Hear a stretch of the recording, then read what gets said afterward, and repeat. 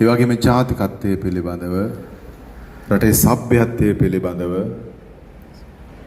අපිට තිබිච්ච උරුමය පිළිබඳව මහ ජනතාව දැනුවත් කරමින් මේ යුද්ධය නිමා කිරීමේ ක්‍රියාදාමයට වෙහෙසලා ක්‍රියා කරපු සංවිධාන තිබුණා. සිංහල වීර විධාන සංවිධානය හිමිලා.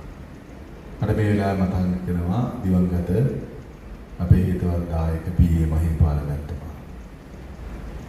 එතුමා වැනි තව ශ්‍රේෂ්ඨ පුජ්‍යලයන් මේ රටේ මේ යුද්ධය නිමා කරලා සාමයේ ගේන්න ක්‍රියා කරපු අය හිටියා සිවිල් සමාජය තුළ. සිවිල් සමාජය තුළ ත්‍රිවිධ හමුදාව, පොලිසිය, සිවිල් ආරක්ෂක දෙපාර්තමේන්තුව තමන්ට පැවරුණු කාර්යභාරය ඉතාමත්ම ඉහළින් ඉටු කිරීමේ ප්‍රතිඵලය ඒ යුද්ධේ නිමා කිරීම. අපි ඇත්තෙන්ම සමරන්නේ නැත්නම් සිහිපත් කරන්නේ තව જાතියක් පහත් කරන්න හෝ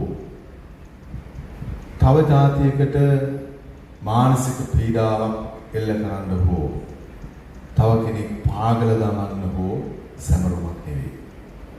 අපි හැමෝටම බියසක තුරන් කර යුද්ධේ නිමාවීමේ සතුටයි අමරන්නේ. යුද්ධයේ නිමා කිරීම. ඒක ආරම්භ වුණේ කොහොමද? පැවතියේ කොහොමද?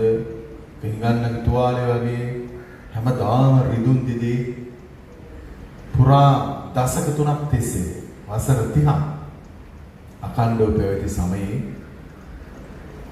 ජනතාව විඳ අනේක විද දුක් දෝමනස්යන් පිළිබඳව ගොඩක් දෙනෙකුට මතක නැහැ. වසර 16ක නව යොවුන් වී ඉන්න තරුණයෙකුට හෝ තරණියකට යුද්ධය පිළිබඳව තියෙන්නේ වැඩිහිටියන්ගේ ප්‍රකාශන මත ගොඩනැගිච්ච චිත්‍රයක් විතරයි.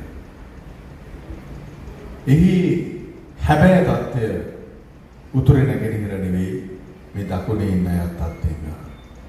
මට අද වගේ මතකයි